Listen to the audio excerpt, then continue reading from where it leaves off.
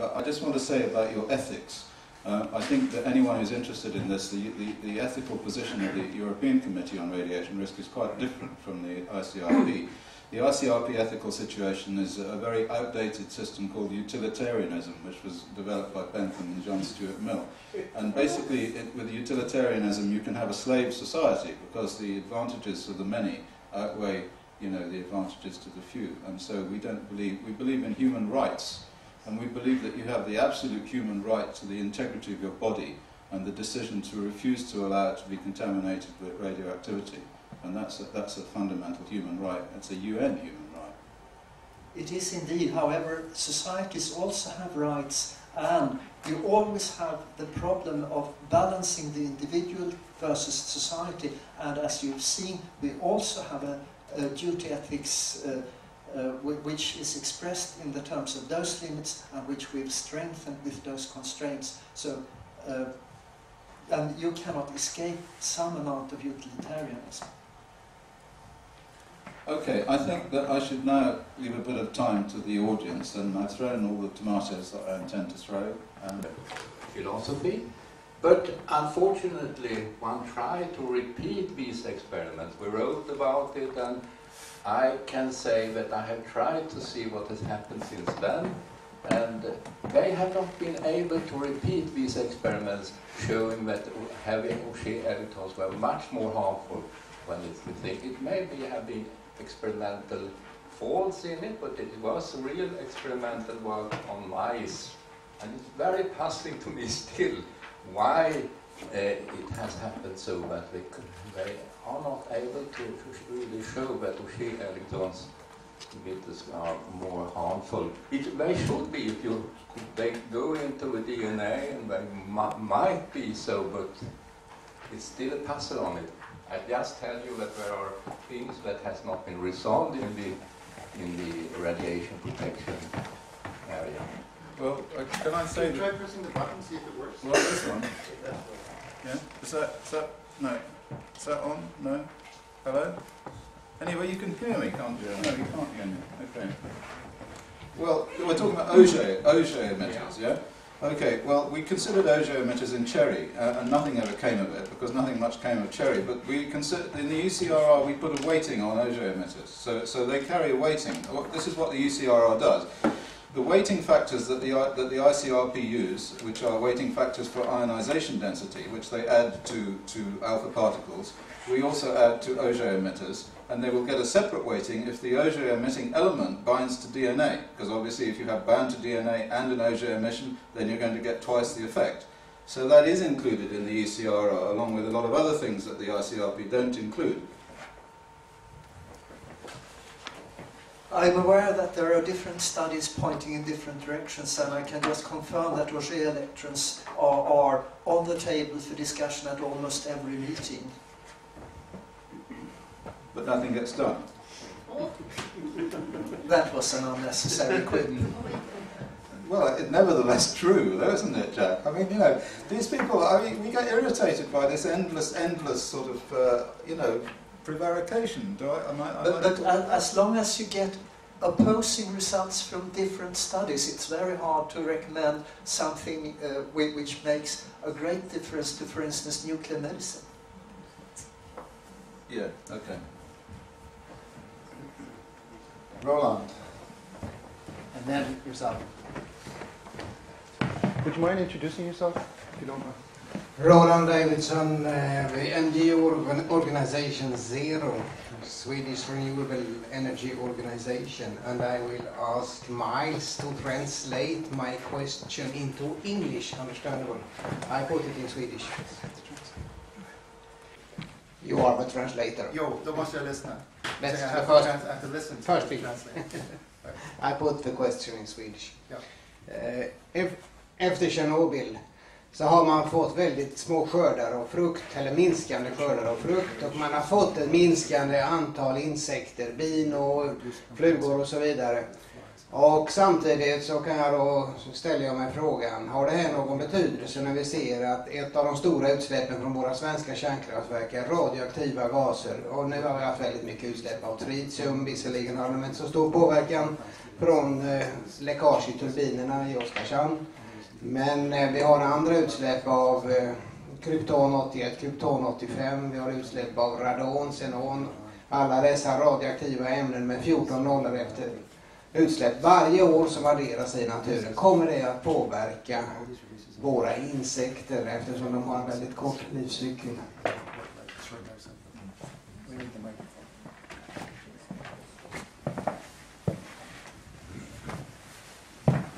Okay. Well, there have been many anecdotal reports similar to yours. And in this book here, there is a lot of evidence that the radiation from Chernobyl, the radionuclides from Chernobyl, affected the entire animal kingdom in the areas where the contamination was. So the answer is clearly around nuclear sites there will be similar effects. There was a study done in Plymouth from the tritium released from the naval dockyard there, which showed that the developmental and larval stages of a number of marine creatures, simple marine creatures, invertebrates, were affected by tiny doses of tritium, but the effective doses of tritium well below 1 millisievert.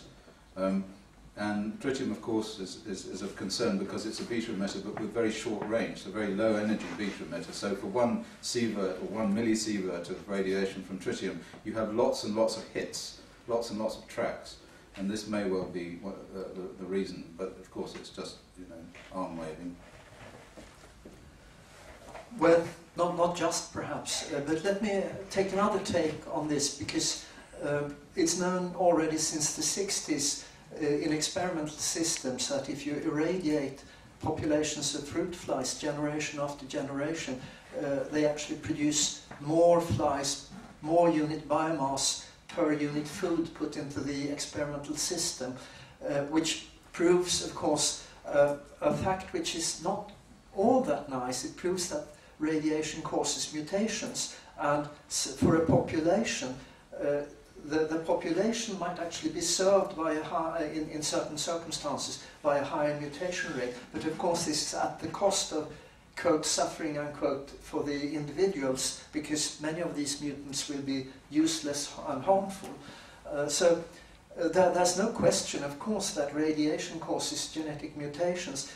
These might be bad for individuals. They're not necessarily bad for the population. And if you now go to Chernobyl, of course, there's quite a lot of wildlife, there's quite a lot of plants and animals living there very happily. And one of the major disturbance factors has gone away with the people who live there. Next question. We are all mutants. My name is Andrzej Wojcik. I'm from the Stockholm University. I'm a radiation biologist since 25 years, and I'm the vice president of the European Radiation Research Society. And I don't belong to any agency, I'm not associated neither with UNSCEAR nor with ICRP nor any other radiation protection authority. I'm a researcher, and well, it's more like a comment that I would like to give, because I think I know the literature about the problems of related to the problems of low dose exposure, because I have been working on the effects of low dose exposure.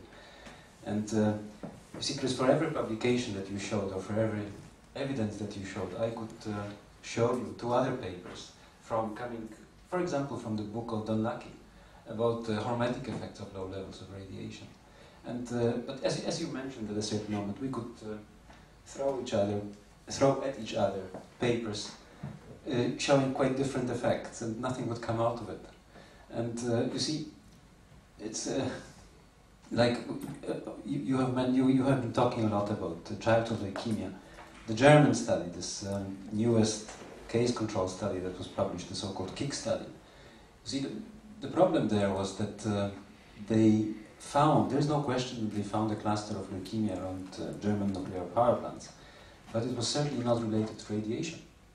And there are other factors that cause childhood leukemia. And there has been a number of studies, not only in England, not only by Richard Daw, showing that there are clusters of leukemia around nuclear power plants that were built, or also around other large industrial entities that were built, with respect to nuclear power plants that were built, but they were never run, they were never operated. And we simply don't know why these clusters arise. And with respect, and the situation with low doses of ionizing radiation is very similar to electromagnetic fields, to the question of healthy food or non-healthy food, the effect of food on cancer, the effect of sunlight is clear, but yes, electromagnetic fields, I think, is a good example. You see, the effects that we talk about of ionizing radiation in the range of up to a few millisieverts are so low, just like electromagnetic fields, just like factors in the food that you eat. They're so low that you cannot really pick them up. And there are so many other confounders that influence the results of the study that it's basically impossible to say from at least the epidemiological evidence is not there, and it will never be there because the number of people that are sick is too low to give statistical power to the studies. It will never be able to show you that that radiation is in the low dose ranges harmful. You have mentioned Chernobyl. Well, these studies that you talked about childhood leukemia after Chernobyl, there are quite a number of studies showing that this is not true. And with respect to life expectancy in Belarus and in Ukraine and Russia, it has gone down by 10 years approximately, and this is due to a collapse of the Soviet Union. It's due to the collapse of the medical healthcare system. How do you know? Because I come from Poland, I know how it looks like. You cannot know these things. Yes. Well, then there is a very good report published by WHO about the effects of Chernobyl, where all these factors are mentioned. I really don't see why WHO should be biased in their report. You must. No, I must not do this. No. No. Well, then, I am a serious scientist. Sir. One at a time. Let him finish, and then you can have your response. No, I have finished. Thank you. Okay. Well, I find your remarks very interesting, because I hear this a lot. Because you believe you know you are right, and your mind is closed to the evidence. You tell me, you say that the statistical power of studies, epidemiological studies, the statistical power is too low to determine whether or not there are low dose effects or not. But you can only say that if you already know what those effects are. Do you not see this? I mean, can you not see the vast pit into which you've fallen there? Because in order to say that a statistical power should be something, you have to have a risk factor to begin with to know what the numbers of people that you're going to find will be.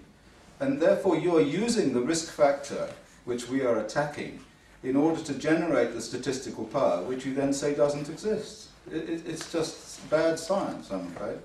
Now what I'm saying you should do, and maybe you say you mustn't do anything because obviously you know the answer, but what I would invite you to do is to take that video. There's a DVD there, which you can have, which you can play on a DVD player. It's quite entertaining.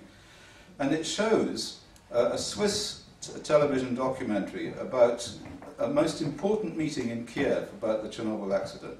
And in that video you will see two people covering up the effects of the Chernobyl accident on camera. So I invite you to have a look at that. And when you wonder about why I get irritated and why I say the things I do, it's because I'm continually having to face people who believe they know what is right on the basis of the fact that they are scientists, and therefore they feel superior to everybody else. Okay. Do you want to come back? Can you get a response, please? You see, research is not based on looking for truth. Research is based on finding correlations between facts, and for this we have certain mechanisms. And there are statistical mechanisms to evaluate the power of studies and the way how to perform studies. So when I hear you saying about that you have been going around knocking at people's door and asking when they have got cancer, I'm sorry, but this is not serious science. Why? Because it will. You are from the very beginning biased. Why? No. Why is it not serious science? Okay. Are they going to say that they have cancer when they don't have cancer? Is that what you're saying? No, but because he... Well, why would they say that they don't have cancer? It's exactly the same like when you see, when you look at the effect of mobile phones, and you talk with people, and then you start to collect data based on what the people claim that they have harm, they experience harm from using mobile phones because they have headaches, and this is a proof for the dangerous effects of electromagnetic fields. I don't claim that people have no headache. Yes, of course they will have headache, but this is not a reasonable way to approach the problem. It's not a reasonable way to go to people and knock at the door and ask whether they have had cancer in the household, in their family. And even for the simple reason because you will not be able to get an appropriate control group by this approach. And, well, you're wrong. We can talk about this afterwards, but you can get an appropriate control group like that. I would just like to say that we have to be out of this room by 4. So I think that we'll take a break at 1:45 and then see if people want to continue. Yourself and then Johan, please. My name is Bjorn Tidewall. I'm a medical radiation biologist. I've been in the field for about 35 years at various institutions and so on. I have 3 points I'd like to comment. The first is about the risk factor. 5% fatal cancers per sievert, as Jack said, and this number comes from survivors of those who received doses at Hiroshima and Nagasaki. And that's a very unfortunate event, of course, in the history, but that's among the best available information we can get for high dose rate exposure. And so what else could you use when you're discussing statistical, if we take, for instance, a German study, we would need the order of at least 10 million children enabled to, if those low doses really caused those cancers, in order to detect an increase in cancer. Now, there's another way, and this is my second point, about looking at the childhood leukemias, and that is, you said, Chris, at the end of your talk, this is about population mixing and stuff or something like that. I think this is very important. You should all listen to this very carefully, because if you look at the literature, what people are doing to understand why certain children get cancers, and in particular the most common among children, which is the one we call ALL, acute lymphoblastic leukemia. It turns out that there are a number of other associated factors, socioeconomic factors.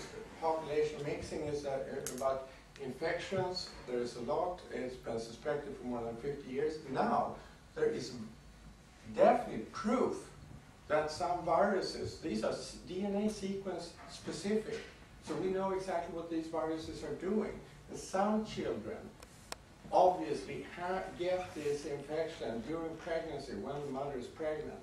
And these cause specific translocations, which is rearrangements of chromosomes and so on. So we understand what happens. Isn't that worth following? Now, we're talking also about relative risks. The German study tells about a factor of 1.4, 1.7 or something like that, depending on how you interpret it. But most of that is at one of the nuclear power plants in Germany, the Krümmel. If you look at other correlations, you'll see relative risk factors that are not 1.5, but rather more than 5. And the strongest one I have found in the literature is by Californian children eating hot dogs. And those who get more than 12 hot dog meals per month have a 480% increase, which is a relative risk of 5.8. Increased in ALL. Yeah. I'm not saying that the hot dogs are causing the ALL, but they're probably pointing at families who are of have poor economy and all that. And so there could be other things. They are living among waste dumps or near highways and so on. And so there is a complex world, and if you want to understand it, you must go into the literature and look at this. And it's not just Richard Dahl who came up with the population mixing, because there are a number of other authors there. Last thing I want to say, to put some perspective into things. Jack, you mentioned the fruit fly experiment that was published 40 years ago. And that experiment they gave fruit fly, banan flavor, the equivalent to 60 gray, which is translated for gamma radiation to people would be like 60 sievert. An enormous dose. 3 generations they gave them, and they followed them for 2 years. They repeated the experiment 3 times and got the same result each time. I'm not saying that radiation is good for you and you should improve everyone by irradiating them, because there are other factors too, which I can't go into. But it tells some about the proportions. These 60 gray. Now, how much do we get in Sweden from all the nuclear power put together? Radiation doses. We're talking about 10 so-called man-sievert. That computerized tomography in Sweden gives us today about 3,500 man-sievert reading. Those are some relations and perspectives. I don't think you were listening to my talk about dose. All of you and the previous gentleman who were talking have been using dose as if it's some meaningful concept. Okay? You asked what different experiment that could be done. You say that on the basis of the risk model from Hiroshima. It's not a model, it's facts. No, it's not. It's a model. I'm afraid the model is associated with taking a risk to Japanese survivors and who were given an enormously large external dose of gamma rays, and using that as a model to look at the effects of people who were given doses of internal radiation from strontium-90. Now, that is not scientifically valid, however you put it. There is no scientific philosophy that will enable you to extract the experiences of people who were exposed to a single large acute dose and to convert that into chronic internal dose to substances that bind to DNA. And the reason you can't do that, well, you let me finish. The reason that you can't do that is perfectly straightforward and absolutely rational. It's because you're talking about, ultimately, the density of ionization at the DNA. Now, that is not going to be the same, as this Auger gentleman was mentioning earlier. This is not going to be the same for a substance bound to the DNA, which is kicking electrons into the DNA. And you are, because you're talking about absorbed dose. External acute radiation. Well, sorry, the external acute radiation exposure of the Hiroshima survivors is the basis for the risk model that Dr. Valentin and his bunch of people are using to predict the effects of internal radiation, and this is not scientifically valid. All right, I'm going to one other point while we're at it, and that's the other guy who was talking about the mobile phone controversy. Okay, let's go there. Now, actually, it's not about whether people think they might have had a headache once they phoned their friend on the mobile phone after somebody asked them in a questionnaire. No. It's about studies like studies by Ole Johansson at your Karolinska Institute that showed slides at the Royal Society when I was there last year, showing the damage to skin tissue from exposure to normal radio frequency radiation from a mobile phone, which was identical to the damage to skin tissue from fairly large doses of ionizing radiation. It's also about acoustic neuroma studies, which show that people who get brain tumours in their brains following the use of mobile phones always get the brain tumour on the same side that they hold the mobile phone, whether they're left-handed or right-handed. So I'm afraid there are ways that you can do studies that you may not feel are accurate or valid scientifically, but which yet give the correct answer. Okay. Hi, Roland. Roland, you're third, Roland. Okay. We can give the gentleman a short response if you like. Yes. Okay, I just want to say one thing here very clearly. I refer to external acute exposure. I have nothing against a separate scientific discussion about particle radioactivity and internal contamination and so on, but that's another discussion. But I don't like to get a rotten tomato thrown at me about something that I did not say. Oh, all right, sorry. I compare external gamma radiation neutrons with external gamma radiation neutrons, and most of the radiation we're talking about, if you, for instance, exposure at the nuclear power plant, no, but if we're talking about at the nuclear power plant, it's not about internal. It is. It is about internal.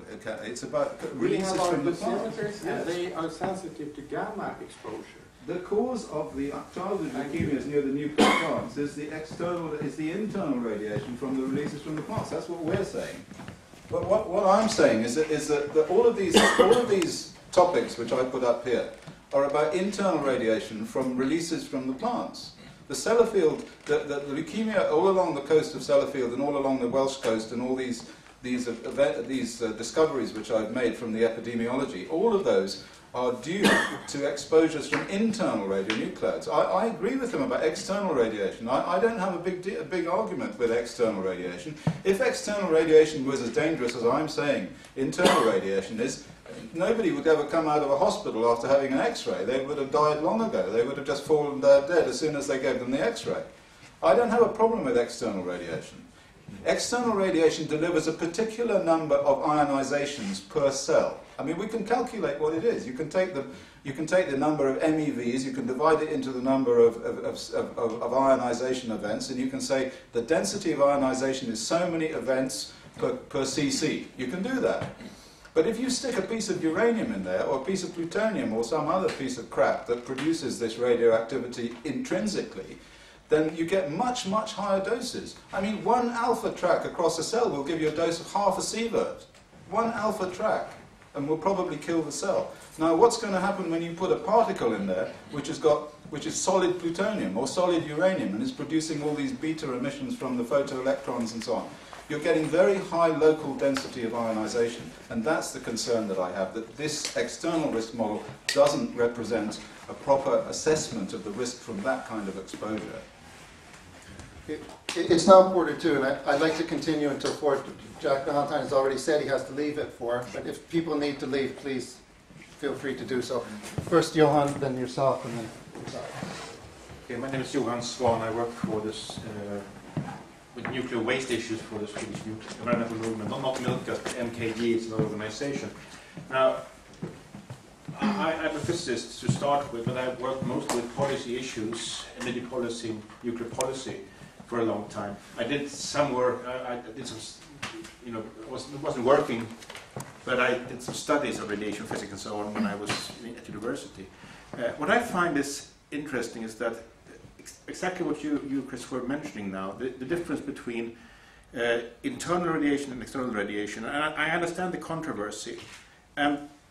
My thinking about this on an almost intuitive level, not scientific level, is that mankind has been exposed to natural radiation,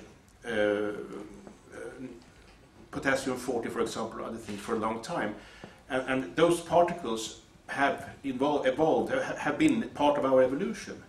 Now, when we insert artificial radioactive particles, they might not end up in the body in the same way as the natural radiation, the particles of natural radiation. Is this something that is being studied?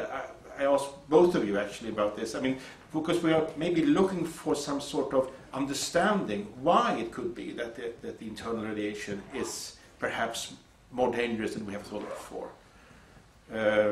It can be likened perhaps to the chemical issues, where we think that artificial chemical compounds are more dangerous than natural compounds. That's not necessarily true, but it can be. Sometimes it's very true, at least. Could it be that artificial radioactive particles, not particles, other elements, have a different function, or in our bodies compared to natural ones? Shall we let Jack respond to that first? At the level of something happening within DNA, I would say there's no difference between artificial and other radionuclides. But of course, the one thing is clear, this is pointing to the fact that some material binds to DNA, and of course the doses become different in that case. That we've been talking about alpha emitters, where you get a completely different dose than if you have gamma rays. So, of course there are differences, although not at the level of DNA once the ionization happens. What I would like is for the ICRP or for some government to appoint me to the head of a committee of young, clever mathematicians, physicists, physical chemists, biologists, to investigate this exact issue, because nobody has really looked at it very closely. No, that's the answer. The only book that I've found in existence is a Russian book. The Russians have been reasonably interested in this up to some point in time, and they produced a report in 1972 which began to look at the effects of internal radiation, but they said there was a lot more to do, and as far as I know, nobody has done it. That is to say, nobody has published anything about it. Now, this is quite a different matter, that whether somebody has done it or whether they've published something about it. I mean, there are a number of communities that do research, particularly the military community, and it could be that they've done the research and they just haven't published it because it would be too embarrassing to do so. Pass the mic too.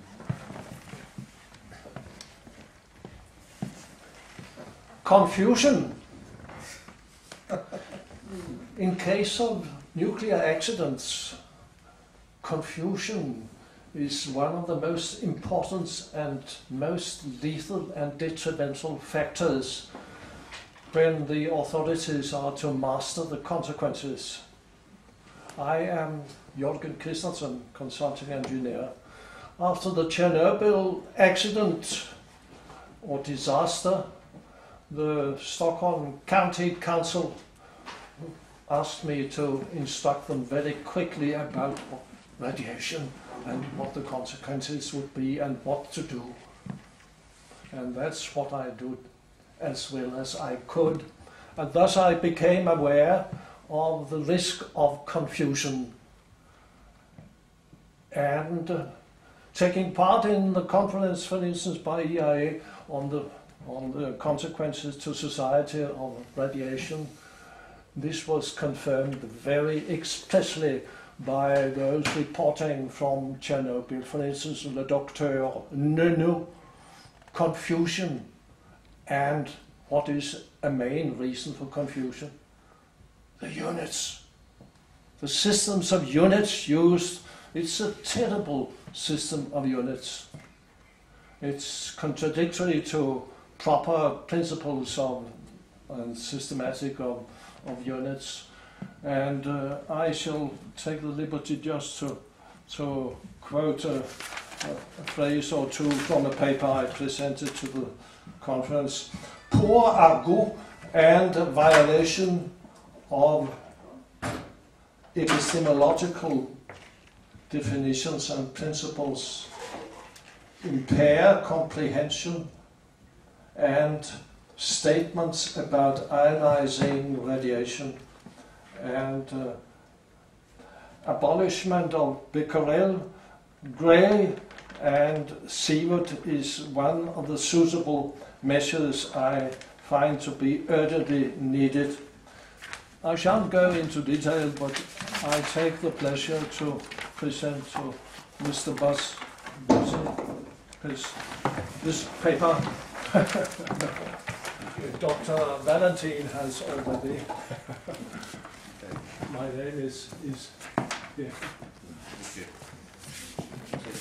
We'll take Roland's question.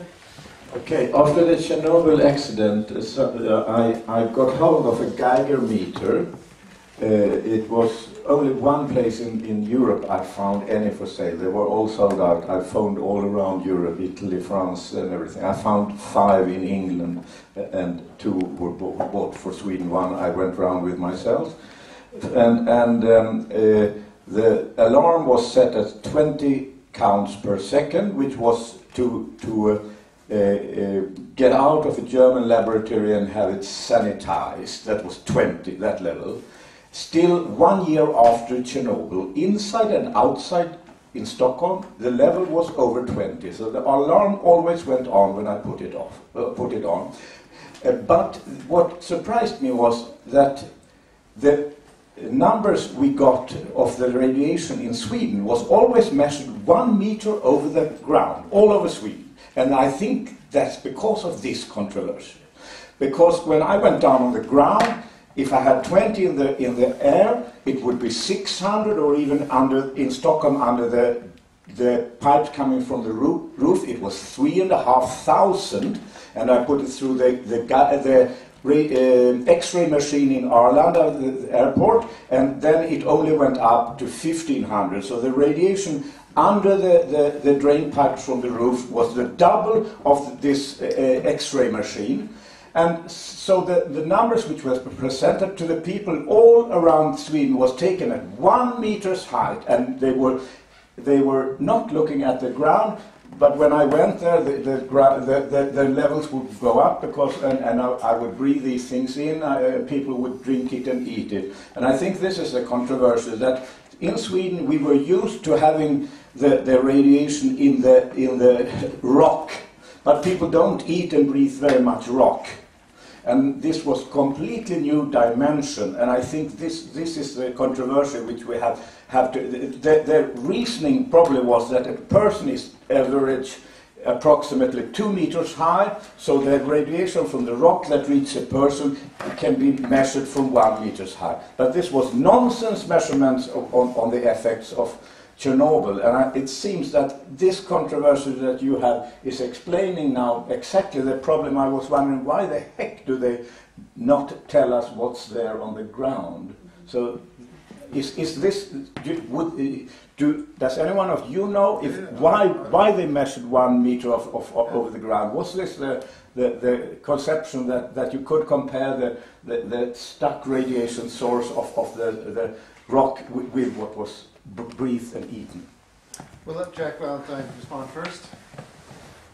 But you don't breathe the soil area. You don't eat the soil area. You breathe and breathe air which is near your nose, as it were. And there are lots of technical reasons why you do these measurements in that way. I'm not prepared to go into the details, but it is not a way of trying to hide anything from anybody. It's a way of trying to get comparable measurements and to be able to calculate the position in a sensible way. Of course, there were other measurements which were presented to members of the public all the time. For instance, the level of contamination in grass. And if you didn't see them, I'm sorry, sir, but there were measurements of the level of contamination in grass which were published all the time. But there were also measurements from Swedish officials which were made on Sergels Torg and which were published by Siemens had the results, and in Germany you could read it. But in Sweden, when journalists went to the radio or television, they got a pink paper that this was dangerous for the public to get nervous. The nervousness of the fear was more dangerous than radiation. So it was.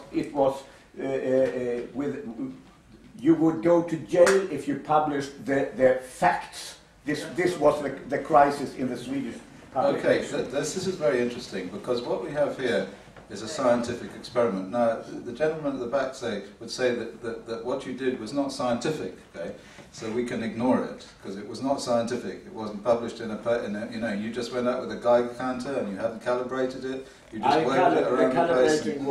Yeah, but I mean, I'm sure there'll be lots of explanations here about how it could be wrong. But what I say is, what's interesting about this is I know about this, the radiation levels, because I do lots of court cases on this. And incidentally, I win them all right? So watch it. Because what's going to happen is that you people are going to be in court again and again and again and again, and you're going to lose every time. And maybe not you, but the nuclear industry who use and the environment people who use your model are going to lose, because they are losing regularly. What happened there was that you were measuring at 1 meter gamma rays, and this is where they measure gamma rays at 1 meter, because a person is about 2 meters high, and so it's considered to be the average gamma ray dose. And it's a convention that gamma rays are measured with Geiger counters at that level so that they can be compared around different parts of the country. Because obviously if somebody was measuring here and somebody was measuring there, they would be not comparable. So it's just a convention. But the interesting thing is that with gamma rays, if it had just been the rocks, and you'd have brought the Geiger counter down close to the ground, you wouldn't have got much of a bigger reading, you see. The reason you got a big reading was because your Geiger counter was responding to beta particles, which have a much shorter range. And this means that Sweden was contaminated with hot isotopes which were beta emitters, probably tellurium-132 at the beginning, which is a kind of forgotten isotope which came out of Chernobyl, and there was a lot of it because it's quite gaseous. So this suggests to me that there was quite high contamination in Sweden, and I'm interested in that because Martin Tondell did a study, an epidemiological study, which showed increases in cancer in levels in parts of Sweden that had high contamination, or conventionally higher contamination, and he was soundly attacked by everybody, you know, who brought in the ICRP model and said, "I'm sorry, Martin, but you must be wrong. You know, your science is incorrect. You haven't got the right sort of doses. It couldn't possibly have happened," and all this kind of twaddle. So what I'm saying is that this, for me, and I listen as a scientist, which I am, I listen to all the information. So if I knock on the door and somebody says, "Yes, I had cancer," that is information. You don't have to read it in the International Journal of Radiation Biology before you believe something. Otherwise, we'd never have survived as a human race, because it didn't exist 100 years ago.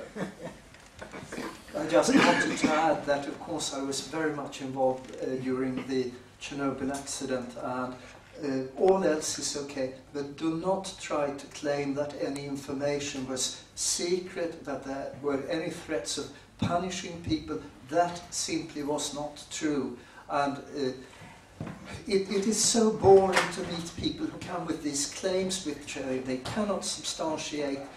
This is the one sort of thing that gets me angry, when people accuse me and my colleagues of having been dishonest. Not you. It was a psychological defense, and Lars Westman tried to publicize these pictures, and he got shown at the TV this pink paper from the psychological defense that it was forbidden with punishment of jail if certain facts were emitted.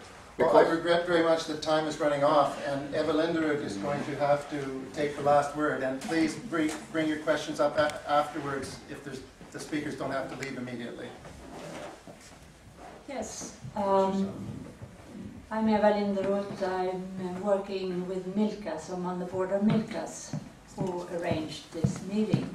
And I'm very happy to have been able to assist at this meeting and find out properly what the differences are. And I'll take it from there. And I want to thank you very much for coming here, both of you. You have elucidated much. And as a thank you, I'll give you each a little cup, and that's all. Thank you. Yeah.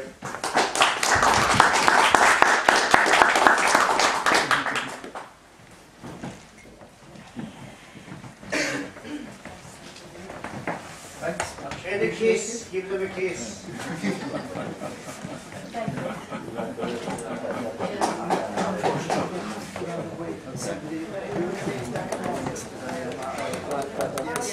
Can you repeat the handshake?